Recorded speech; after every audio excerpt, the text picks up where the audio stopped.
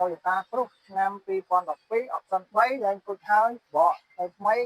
97%ហើយយើងតុបតែងឲ្យអស់ហើយបើសិនជាបងប្អូនណា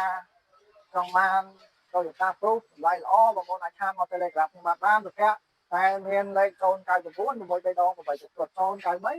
6 ដង8ទឹកគាត់ហើយ066 6 ដង8ទឹកគាត់បាទ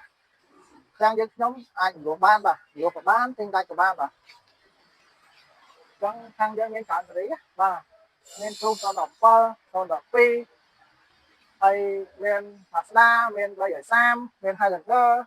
330 Camry រូបនេះ option 3 solar បាទ12ដែរហើយ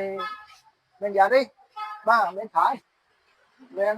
OX 35016Camry 012 XLE Hybrid បាទនេះ450X ហើយមាន Mazda 6បាទ Mazda 6ក៏មានដែរអរគុណច្រើនសូមឲ្យបងប្អូនបាទ